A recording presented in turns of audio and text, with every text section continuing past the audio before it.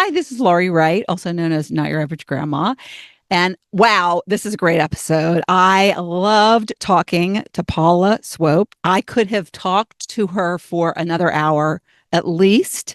I felt like our conversation was kind of short because we were talking about so much. And like I said, we really are aligned in how we think about how life is what you make of it. And she clearly has changed her life from her beliefs that she was raised when you are born and you have parents or models. You basically have those beliefs that they have imprinted on you. And as you grow up, everything that you do, say, and believe in your behavior, it is based on those beliefs. But those beliefs are all perception. They're all based on your filter of the world, based on your experiences. And so she is such a great example of how that affected her as a young child and as a teenager and into her 20s, and how that really held her back. Fortunately, she was able to recognize it. She was influenced by a prominent figure. She shares that. And that person really opened her eyes and changed her perspective, changed the way she was able to see things. And then she was able to rewrite her beliefs, which, if you're not liking where you are and you're having a lot of turmoil in your life, that's what you need to look at. Her social media followers call her the most relatable self-help author ever. Before becoming a self-empowerment leader, Paula raised $60 million for impoverished populations. She helped people as a fundraiser, and that's what she's doing today as an author, social media influencer, podcast host, and life coach. Her life purpose is to help people transform their lives as she has, which inspired her to write an unusually entertaining self-help book called Thought Snob: The Modern Spiritual Playbook for a Better Life. She's also very well read. She has a master's degree, bachelor's and master's degree, and 3 certifications from the Chopra Center. So she is a wonderful guest. I enjoyed every minute, and I am going to get you right to the episode because it is a good one. It is juicy and it is good, and you will love Paula. So let's listen now.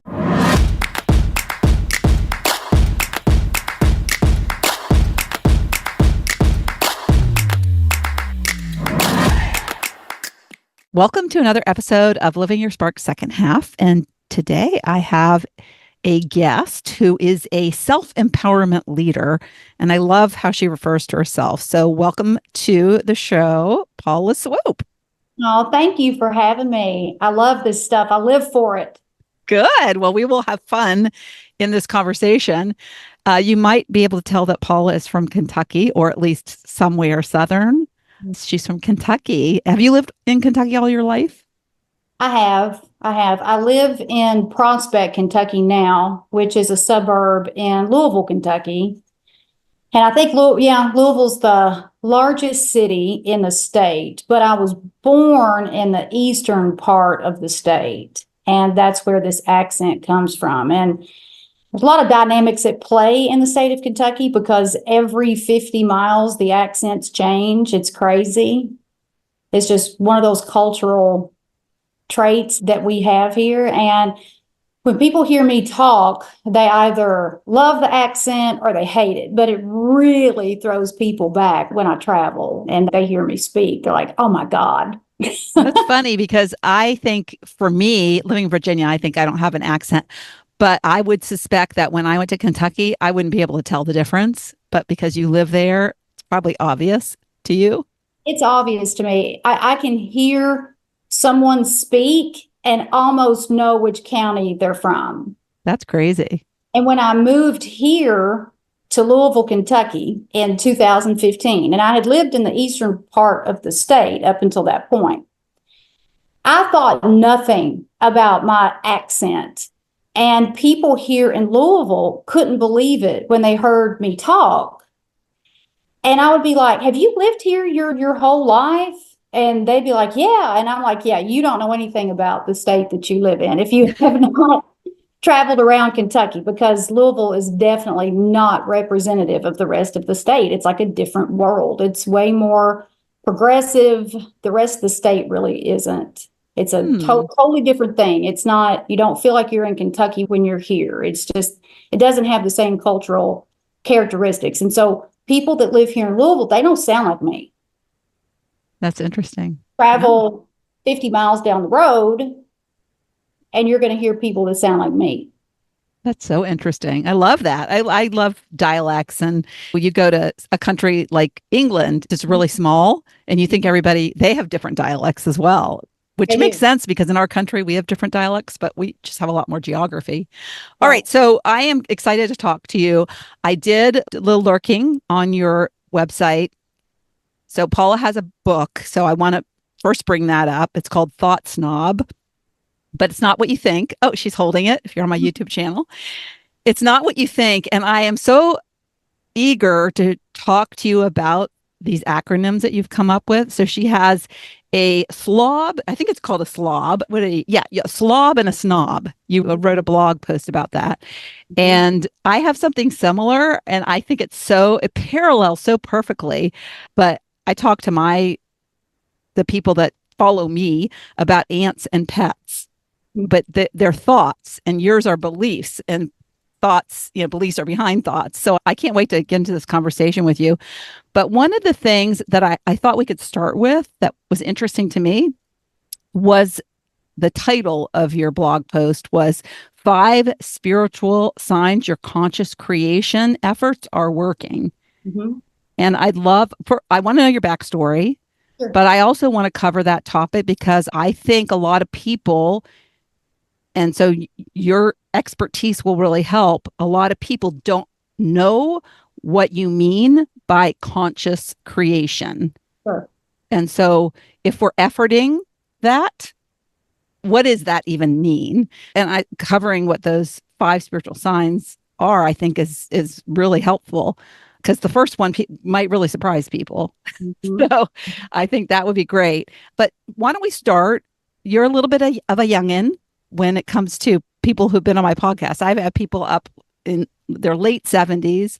I even had somebody, she's in her late 80s. You're a little bit younger. You're 47, but you're at an age where I totally did a 180 on my life. Really? Yes. I left a marriage of 25 years, and a lot of upheaval, a lot of fear that was holding me back in my life. And I finally had the courage because, and you said this in one of the places that I was reading, and it might even actually be one of the signs, but I was so afraid to take that step. And I knew intuitively I had to take it, but it was regrets.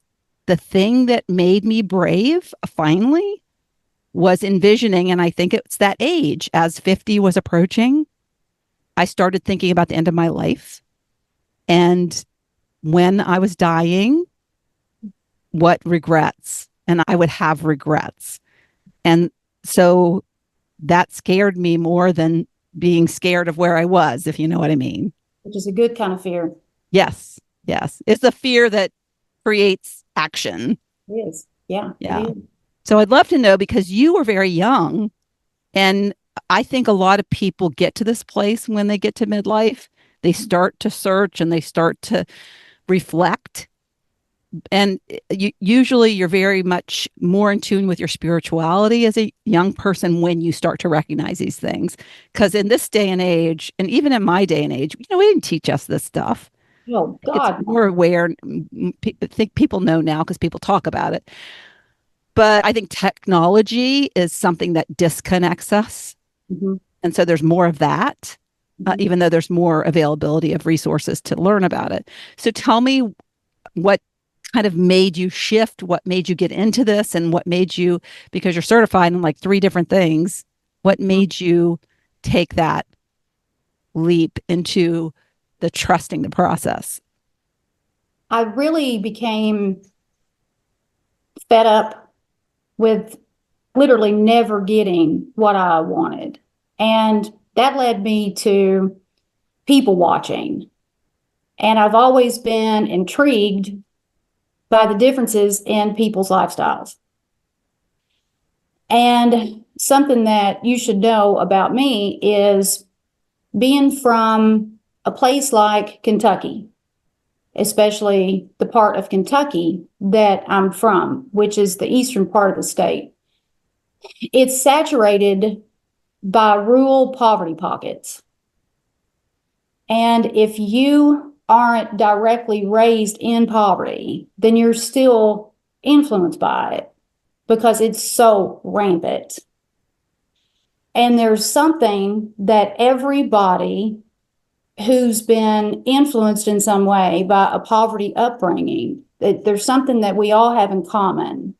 And there's even research studies that show this. There's an expectation of defeat that comes along with our upbringing, which in my book, I refer to as a downbringing. Mm. Now, I think I came up with that word. I've never heard it before. And when I was thinking about my childhood, I thought, well, nothing was nothing brought me up. Everything really just brought me down. And it wasn't just me. It was just the culture, that culture that's influenced by that expectation of defeat. And what that causes, it causes a person to start worrying at a really young age. And worrying is the same as praying for what you don't want. And like you said just a second ago, nobody teaches us about the power that we have with our thoughts. Nobody ever talked to me about that. And so growing up in that kind of environment, by the time that I was very young, 5 or 6 years old, 7 years old, 8 years old, I had anxiety. I didn't know what it was. Nobody talked about that. Everybody had anxiety. Yeah, Looking it was back, modeled. yeah, everybody had it. There was a lot of screaming and fighting in my household.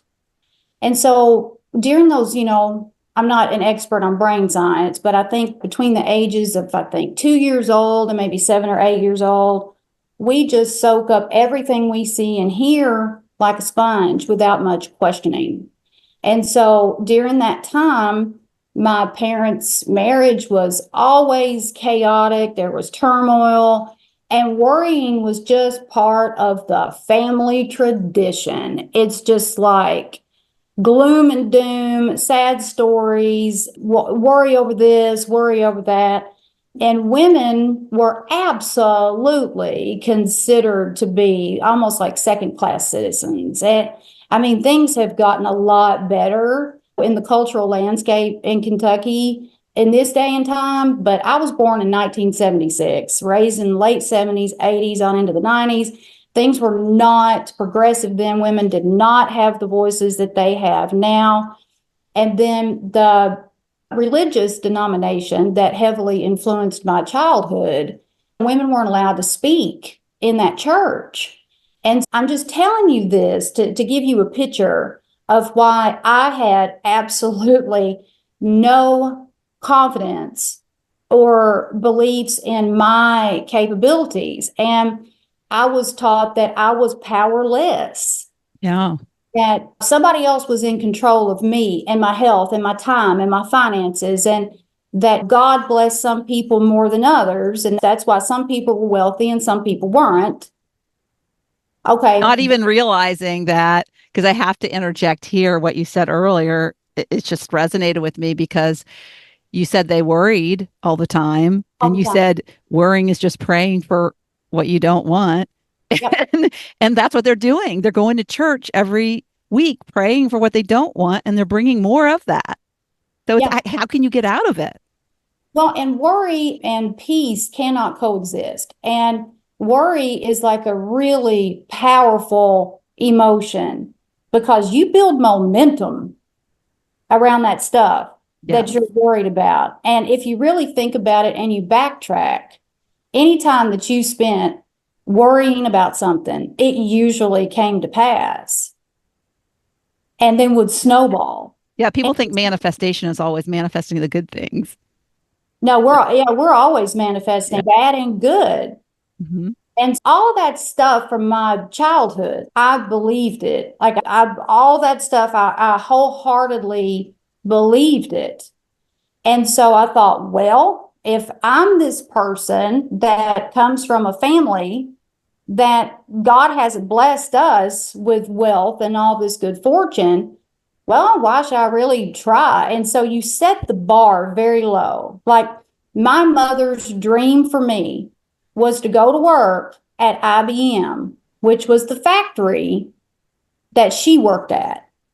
Well, you put somebody like me on an assembly line, and I'm going to have the motivation of an inmate on death row, and I'm going to be miserable and I'm going to be sick. It's not who I am. Well, that's not your potential either. Mm-hmm. It's certainly something you can do. You can make a dime, but what about the potential within that is disregarded? Exactly. And if I would have followed that path, then my life it would not be what it is right now. And so all that stuff accumulated and I didn't understand conscious belief and subconscious beliefs. I didn't understand any of that. And so I was so miserable and I had created so many bad people, places, and things by the time that I was in my late 20s that I was living in hell on earth. And I can't stress enough, I never, ever got what I wanted. And oftentimes I was afraid to say what I wanted because I knew I was going to get shot down. I was going to be told no, I was going to be made fun of.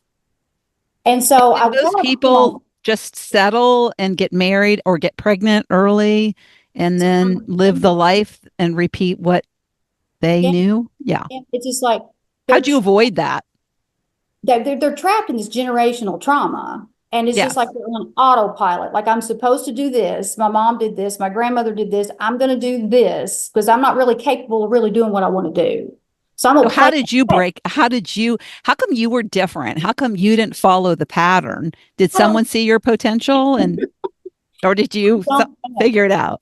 I really don't know because there was just something in me that was like, it wouldn't go away. I Mm, refer to it as like a burning desire. It just would not go away. And that intuition. feeling of something saying, Paula, you do not belong here with these people. This is not for you. That intuitive feeling led me down that spiritual path, self empowerment journey, whatever you want to call it, when I was in my late 20s. And I stumbled across Wayne Dyer. Mm, That's when my whole world changed. I yes. listened to him speak. I read one of his books, which led me to reading all of them. And he introduced me to all the greats, all the great spiritual leaders.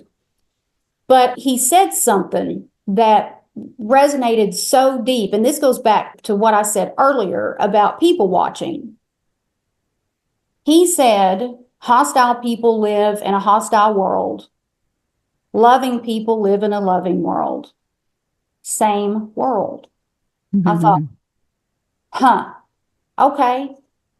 And that's what led me to watching people. And I'm like, why is she in this loving relationship with this man that adores her and respects her? Why is she in that relationship? But then here I am in all of my relationships, and I'm basically treated like shit and disrespected. And all these men are terrible and take full advantage of me. Why is that? So just critically thinking about my situation led me to questioning everything that I was taught to believe about myself. And what I discovered was it was all of it was lies. Every single ounce of it. And so that's where thought snob came from. When I sat down to write this book, I reflected back and thought about my younger self. And anytime that I talked about, wanting more, wanting a different lifestyle, wanting to travel to these great places, travel abroad, I was called a stuck up snob. That's what my family told me. I'm a stuck up snob because wanting all that stuff was wrong. That was wrong. I shouldn't want those things, weren't for me. And so I thought, well, since everything basically that I was taught to believe about myself was an absolute lie, why don't I put a spin on this snob thing? Yeah, And you were called that for a reason. It was meant to turn into something that right. would teach others, I think. Yeah, I'm just sitting here at my desk. And I thought, and I was thinking about all this because I'm not the first person to say any of this. I'm just the first person to put this spin on it and say it the way I'm saying it. And so snob, I'm thinking, what is the one thing that I did that really ignited this transformation? Because that's what it is. It's a complete change. And I thought, well, I looked at the facts. Well, So, I think what I'm hearing from your story is you became aware. A lot of people just have a closed mind, oh and so yeah. they stay in their lane, and Mhm. you opened up. You got off the exit for a second, Yep. and you were smart enough to, oh, let me listen to this guy, and it just boom, it opened up this awareness that we're just unaware. Right. Right.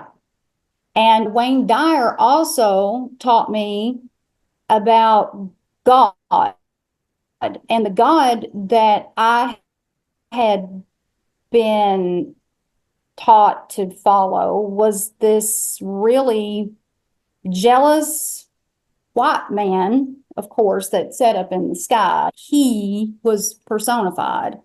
And this man, I was taught, would punish me severely and throw me into a lake of fire if I disobeyed. And I'm like, how could this possibly be true? And so I grew up, that was another fear that really messed with me, and it was a waste of time. And so then Why I do you started, think that is taught in church? Why do you think? Because that's coming from the people in the church who are passing that along. And if you really read the Bible, God is all loving, non-judgmental, but yet people who are well, they're God fearing and they it's like he's full of judgment and he's yes. saying you're going to hell and you're going to heaven and you know so why do people do that? Is it control? Well, so the denomination that influenced my childhood, although my parents were not in this church, my dad's father was a holiness preacher. And so it was the holiness denomination, and they take the Bible as the literal truths. That's why the women in the church aren't allowed to cut their hair. But they cannot cut their hair because they believe if they cut their hair, they won't get into heaven. They can't show any skin. They have to wear long dresses, no makeup, no jewelry. And they believe that. And so I never drank the Kool-Aid with that. I always questioned that. But I still developed a really unhealthy fear of God. And then I get introduced to Wayne Dyer and everything that his perception of God. Well, that made total sense to me. Total sense to me. And there was nothing fearful about it. Yeah. And I think, yeah, because we're up here in the head when we're Mhm. listening to all that. And I have read Wayne Dyer's stuff and he's amazing. And it's so sad he's gone now, but it's more, you're in your heart, you're in your body. Mhm. It goes, you get out of your head when you Right. listen to his stuff and it really resonates. Oh, yeah. And it made more sense to me than anything ever had because the whole organized religion thing never made any sense to me. And that's why I really rejected ever going to church. And this is where the people watching comes in because I would watch these people that were, going to church every time the doors were open. And these people were the most critical, judgmental people living in scarcity at every angle. And I'm like, well, it's not working for them. Something's not working here. And I realized through Wayne Dyer and my spiritual studies that the organized religion will take the power, will lead the individual to believe that they are powerless. And that's the absolute furthest thing from the truth. And so Wayne Dyer's the person that helped me to see all of that. And it gave, it helped me to tap into my power that I realized that I never had.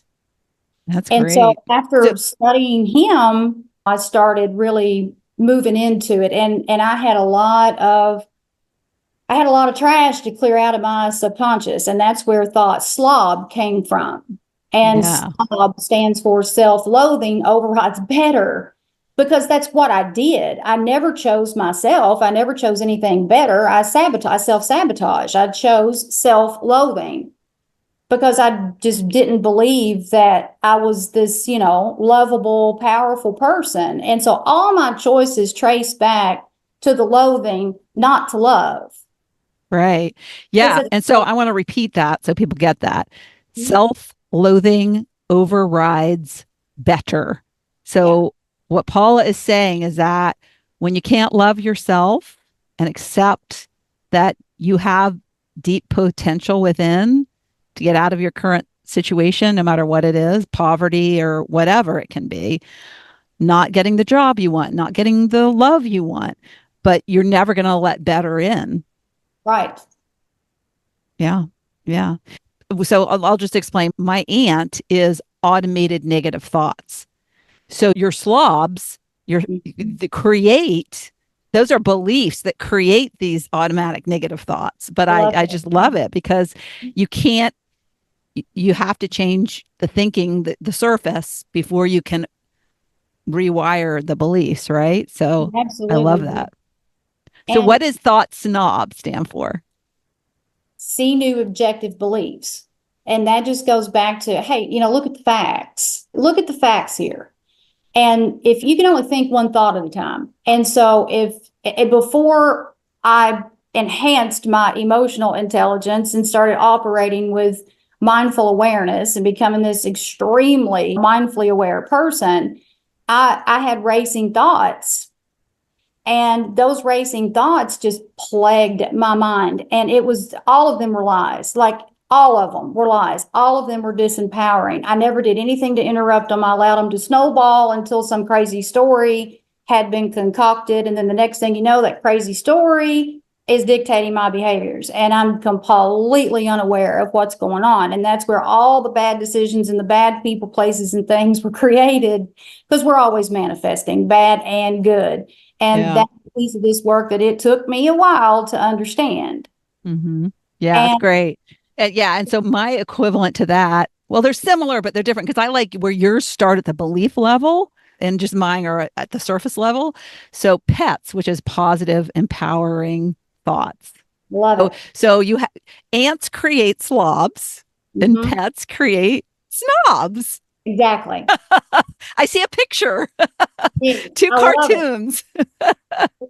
Yes, Yeah, that's that's exactly awesome. right. Hmm. Yeah. Perfect comparison. Yes. Yeah. And I think it's so appropriate for you, given the fact they called you a snob.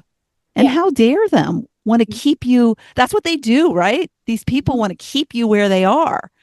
Scared They them don't to want to death. let you go. I scared those people to death. And I didn't really understand that until just a few years ago. And I thought, you know what? They were really, really afraid of me. And that was the problem. I scared them to death because they had conformed. And when your haters, their biggest fear is because they think, you think she's really going to get all that she's talking about? And you think that's really going to happen? And the thought of you actually getting what you want just eats those people alive. And that's why they attack. I mean, that's why they attack. That's why they attack us. And then they And always find excuses as to why it happened for you. That that oh, that aligns with the lies, right? That oh they're yeah. yeah. Oh yeah. Yeah. Uh-huh. So let's talk about conscious creation Mhm. and the blog post that you did about how do you know those conscious creation efforts are working. Yes. So and so people are like subconscious, conscious. What does that mean? Because a lot of times there's consciousness, and then there's being conscious, right? Yep.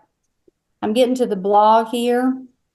And as I wrote that a while back, and so the one you're referring to is five powerful spiritual signs that your conscious creation efforts are working, right? Is that the Yes. one? Yes. Yes. It was so good. Yeah, because the first one is like a real shocker. Your world falls apart. How do people think that like my conscious creation efforts? Why would it do that? So when you start, so I use the term conscious creation because the word manifestation it's been made out to, it's gimmicky. Yes. There are so many people on social media that are promising people the moon and you can manifest this in 24 hours. Just click here and get my magic potion, and you can manifest your soulmate in an hour. And I want to be like, God Almighty. Well, they're not teaching the science behind it, nor how You you can't teach actually, that. because there is an approach that, There's an approach. And depending on how you were raised and what level of trauma you have and what your subconscious beliefs are, you are not going to be able to jump in and just manifest all this stuff that you want. So I use conscious creation just to stay away from that word a little bit, but it's the same thing. You know, when I say conscious creation, it's manifestation. It's using the spiritual laws, it's using your own power to create your physical reality. yeah. In simplest terms, I like to use attracting what you want. Attracting what you want. Right. Yeah. Right. But you have to be aware of what you want. See, that's the other problem is so many people are like, I don't know. I Oh. don't know. Mm-hmm. So they just walk around accepting and Yes. not really creating. So you have to, Accepting, I, conforming. Yeah. yeah, Mm-hmm. yeah. So I love that. Do you have ways in which you help people ideate Mm-hmm. and get into that creative space? Oh, yeah. And yeah. So you mentioned earlier about my certifications. I spent 2 years at the Chopra Center, and that's Deepak Chopra's school. And I got 3 certifications from the Chopra Center. And one of those is in primordial sound meditation, one is in Ayurveda health, and the other is a total well-being life coach. Through that work is how and I like to say that I prepare people for conscious creation because I walk them through these 4 cornerstones of coaching. And during that time, they ask themselves questions that they haven't asked before. And that not only creates a mindful awareness in their day-to-day life, but it also leads them down this, discovery path. And that's where they start to question the things that they have been taught to believe and the behaviors that they exhibit on a daily basis. And it draws an awareness to all of that. But then at the same time, it increases their emotional intelligence. And at the end of the day, your success or failure, I don't like to use the word failure, but your success or failure with conscious creation, it boils down to one thing, and that is your level or lack thereof of emotional intelligence. When you can control your emotions, you can rule the world. You can have whatever you want.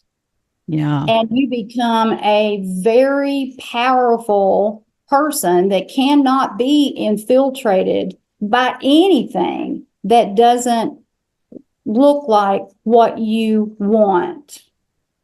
It's almost Yeah. like a coat of armor, and you're just shielded from any energy that doesn't resemble what's good for you.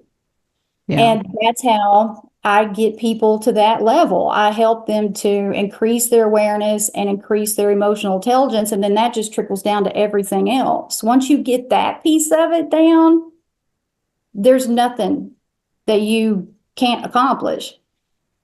It can And, take a and, long time. and It took me a long time. It took me over 10 years to master that. And yeah. we're all a work in progress. None of us are finished products. And so I work every day to sustain that and keep getting better.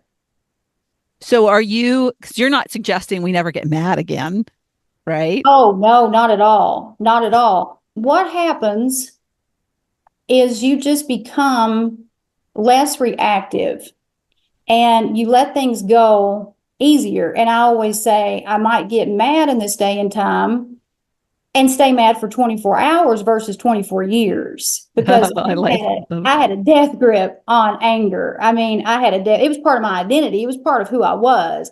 Letting it go was like losing an old friend. Yeah. I didn't know how to behave without it. Yeah. Yeah. And it's a process. It's weird. It's I just going looked to at the depend on clock and it's how 111. you I, say. I just looked at the clock and it was 111, Yes, it which is. yeah, Yeah. yeah.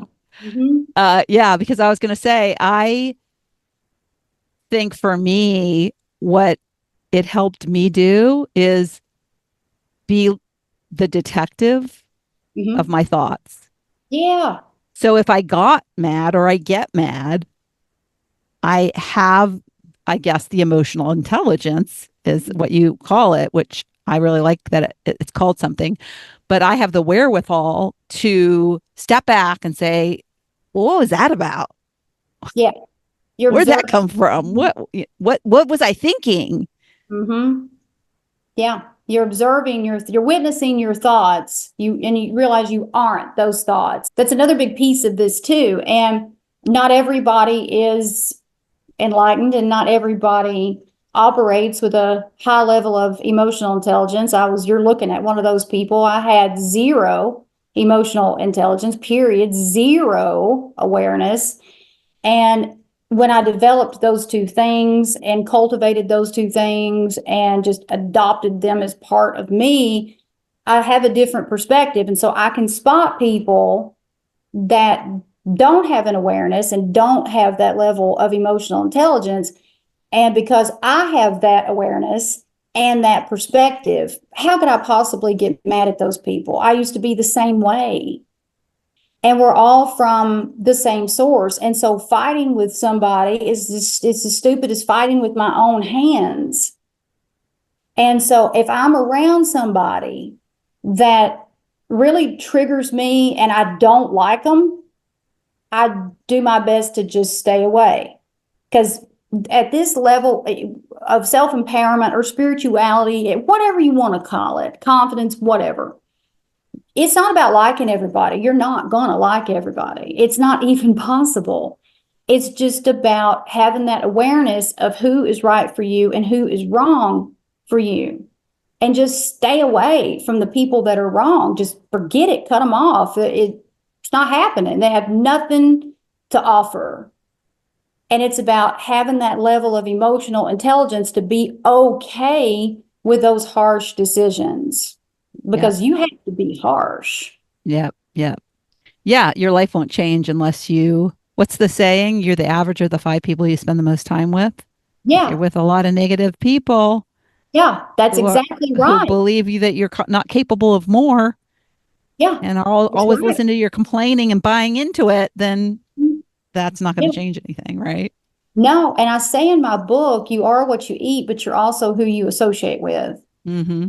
And research shows that associating with toxic people for extended periods and enduring the abuse that goes along with those people, because if they do one thing, they absolutely make sure you don't get what you want. It's as dangerous as eating hazardous waste. That's how dangerous it is to our health, our physical health. Yeah, because they want to surround themselves with people that make them feel a little bit better about themselves. So the more that you're put down, the better they feel, right? That's right. That's Yeah. right. And I stayed very sick for many, many years. And when I disassociated with those types of people, wasn't sick anymore. Yeah, that's great. So let's quickly go over the 5 signs Sure. and then we can wrap up. Yeah. Sorry to throw that on you. Yeah, I like to look at this before I have people on to see if there's anything that resonates with me that I think will be helpful to someone who's listening. Oh, And so yeah. I thought these were great. So quickly, what is the first sign that what you are thinking about and trying to attract into your life is working, even though you might not think it is? Your world falls completely apart. It's like And a train wreck. You kind of feel like, oh my God, why is this happening? it's train wreck. It's train wreck. Everything is completely dismantled. And if you think about it, it's like an old bridge that's about to fall down. And people are still traveling over it, but it doesn't have too much longer. It's got to be torn down in order for a new one to be built. And tearing that bridge down is a capital project. And that takes time. And it can be chaotic. It requires some patience. It just everything. It's just like tearing down a bridge and building a new one. That's exactly what it's like. And when you are in that place in your life, hell on earth is what I've called it. Your whole physical reality is made up of people, places, and things that you don't like. All of it's unpleasant. All of that's got to go before you can get into the life that you want. And with me, when my relationships ended, a lot of financial resources went with those relationships. And when you lose all of your financial resources, well, especially without much notice, that can really make you think that your world is falling apart. You know what I think this is too? First of all, I think often it's the first step, not just a sign. It's like the first step of the process. Yeah. And it's often a health. Mm-hmm. Often I see this a lot with people I interview. There's big shift in the change in their life to the good came from some kind of health crisis. Absolutely. See Which it all was, the time. yeah, it was kind of like the universe is saying, let me help you. Even though might think it's a bad way it's being helped. And I do truly think it's a test of, do you really trust the process? Mm-hmm. So I think that is really key. So let's quickly, because I have to wrap up, quickly go over the remaining 4. And if anything pops out as we're talking, then we'll talk about it. I might need to have you come back to delve more into this. I would love to. Okay. The second sign is you lose interest in people, and that's because your tastes change. You have different intentions. You have different goals for yourself.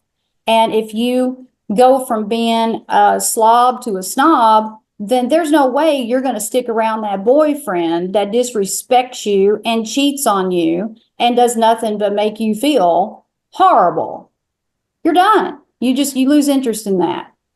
You will also lose interest in things that don't serve you well. And I'll just quickly give an example of that. Fast food. I don't eat fast food anymore.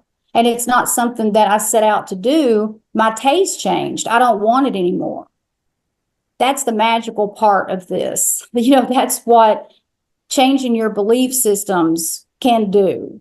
Yeah, I Magical think things. that's a big problem with people who have a weight problem Oh, yeah. I've been because there. they have an identity. Oh, They yeah. have a lie. They're telling themselves that they're a fat person. They've always been fat. They have big bones and It is. yeah. And you change your identity. You start to believe you're capable of something different and you can be anything. And it includes being a thinner person. Right. Right. And I've experienced all of that as well. And let's see, the third sign is you don't relate to the people around you like you used to. And what I mean by that is when people share their sad stories and their drama and their worrying, it just doesn't resonate with you anymore. And I used to be a person who every single night of my life, I would stay on the phone with one or two of my friends. And I was either rehashing a past event that I was mad about, or I was complaining, criticizing, and condemning for 5 and 6 hours. There was a lot of momentum built around all of that language and those thoughts and all that. Because I'd work myself up into a frenzy, and I would be so mad in that moment, as mad as I was 10 years about the event I was talking about that happened 10 years ago. And that's what I mean by sign number 3. You lose interest in that drama because you know what it's going to do to you if it continues. Yeah, that awareness, powerful. Yeah. Now, if you gossip a little bit here and there and you bitch a little bit here and there, okay, we're human. But when that is your daily mode of operation, it's a dangerous territory to slip into. It is, because all of that stuff that you're focusing on and you're talking about, you're going to keep seeing it. It's going to be repeated patterns. And that's what I mean by you're not going to relate to people like you used to. And that also ends in a lot of relationships that you just let go. Doesn't mean those people are bad. They're just bad for you. Yeah. Have you ever read the book, The Four Agreements? I haven't, and I can't believe that I haven't read that book. Yeah. So it's a quick read, but the Yeah. first one, you made me think of this. The first one is so, so hard. It's the hardest one for me. It's be impeccable with your word. And I didn't really understand what that meant, but until you read it, it's like you would never say a bad thing about somebody else ever again if you read that.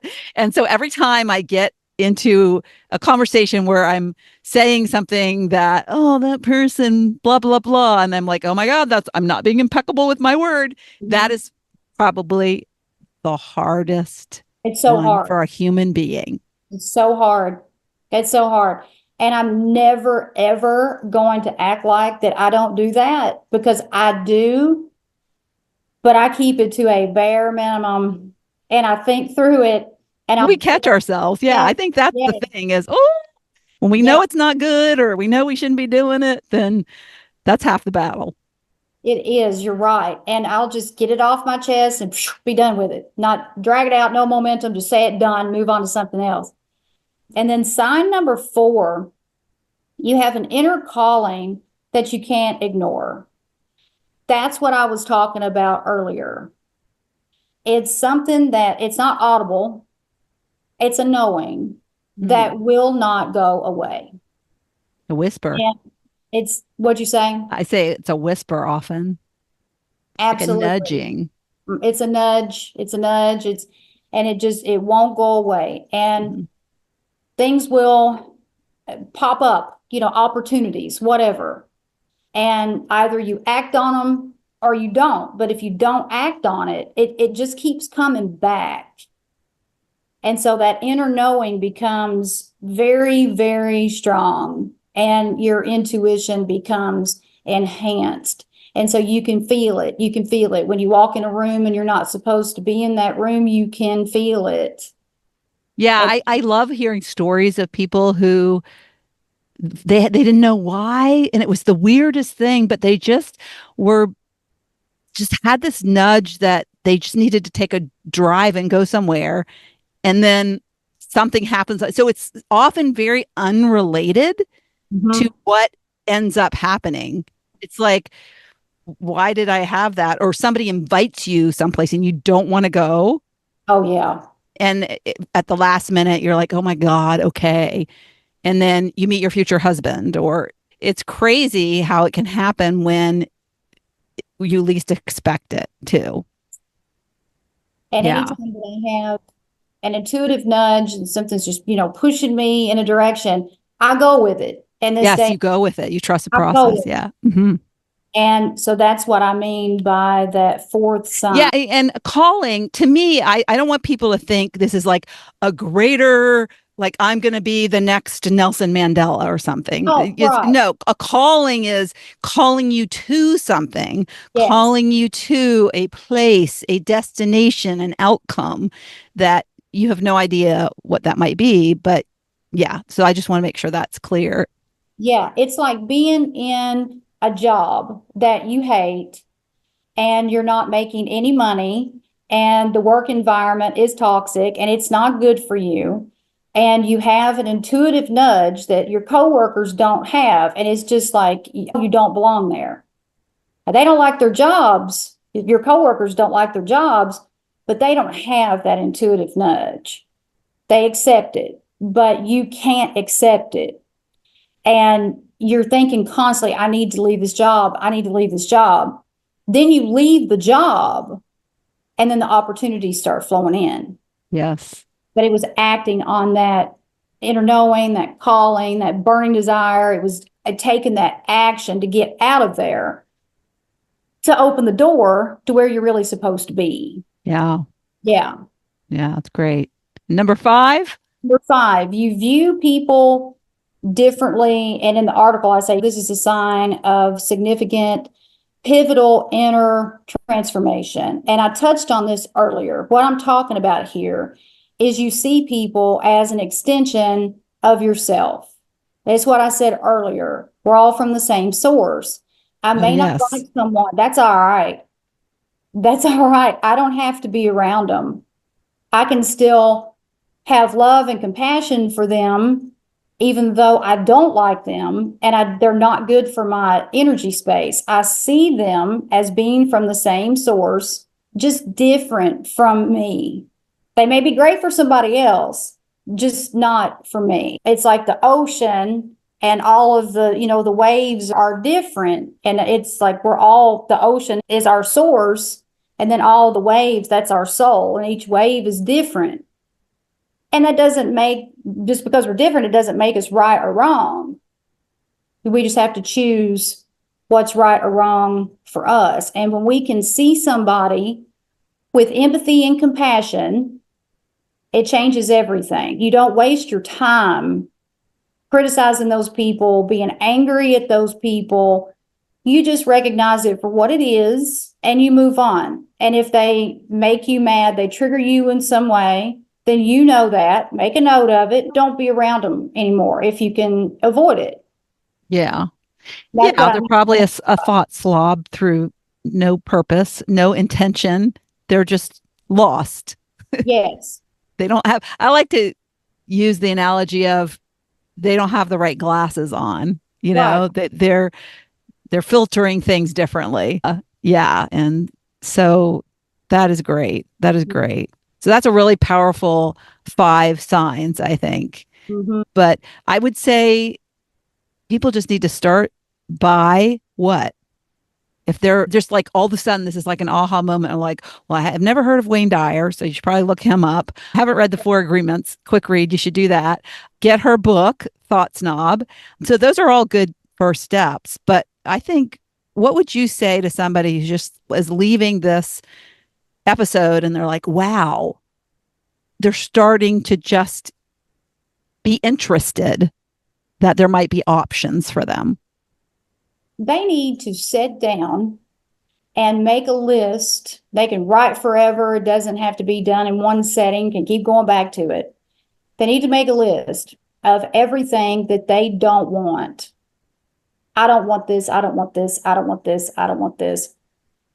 And think about what their average day looks like. And if all those don't wants are in that, and every single day, that's what's going on. This is the first step of the awareness. Oh, God. Okay. Then move on to turning those I don't want statements into I want. Figure out what you want. And it can take some time. I wouldn't recommend that anybody rushes through it and can keep adding to it because our wants change. But turn those don't want statements into want statements, and then take those I want statements into intentions. And that way you're breaking this down in increments so it doesn't seem as scary or as intimidating. And then see what you can start doing on a daily basis to just get a little bit closer, even if it's a half a degree closer to what it is that you want. And when you zone in on what you want, that typically leads to doing the inner work that needs to be done. And the inner work involves forgiving, it involves practicing gratitude. And as cheesy as this may sound to some people, that's where it's at. And when you figure out what you want, it leads to all of those things, because you realize that in order to get there, that you have to mirror what it is that you want. And there's nothing hateful, no jealousy or resentment or scarcity or any of those things are present with wealth, perfect health, love, and peace. It's two opposite worlds, just like Wayne Dyer said. And so usually when you figure out what you want, those wants resemble the love, the wealth, the perfect health, all of that, the gratitude. This other world doesn't. And so you've got to be willing to let go of everything that has led to those don't wants. That's why your world falls apart. When you Yeah. start working on all of this, that's the first step I would tell anybody to take. It's just like what you said. It's so simple. I love that. Know what they want. I was that person. I didn't really understand what I wanted. I thought money was going to fix everything for me. Well, I was wrong about that. What would you say to somebody who, because this is what we do, right? Mm-hmm. When they're writing or thinking, when they're thinking, they haven't got it on paper yet, they're self-editing because they think, well, I can't have that. Right. That's not possible. So in that exercise, what would you say to somebody who wants something they don't think is possible for them? That is the most difficult piece of this for most people. And you have to drill down to the core of why do you believe that? And is that true? Like, is that really true all the time? And if it is, then what evidence do you have to back that up? And I'm totally 1,000% against positive thinking, the way that it's historically been taught. And I talk about that in my book. This is not about forcing yourself to think positive about something that you are devastated about or you're sad about or whatever. It's not about suppressing your emotions. It's really about feeling into your emotions so you can let go of all of that trauma and debilitating emotions that are causing you to think that whatever it is that you want isn't possible. That's the inner work. And when you do those things and you engage in all that and you dig deep into why you feel the way you do, what you're going to find is it's not true. It's just trauma that's causing you to believe that. It's repressed emotions that need to come out.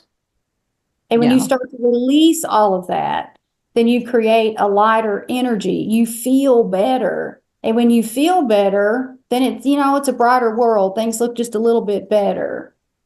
And you start to believe that you can have those things. Yeah. Then you envision it.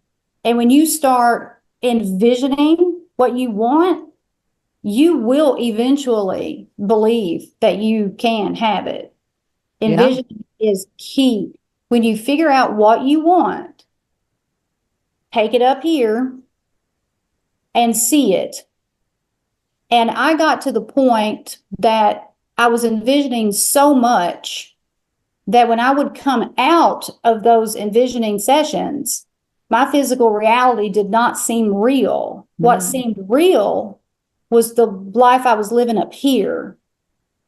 And sure enough, after several manifestations unfolded, then I had that life that I saw appear. And I believed it. I believed that I already had that life before I had it. And that's what you've got to do. You have to be willing to let go of everything that doesn't serve you so you can let in what does. And it's a process. It's not something that can be done in an hour. It takes time, but it's just about how bad you want it. How bad do you want it?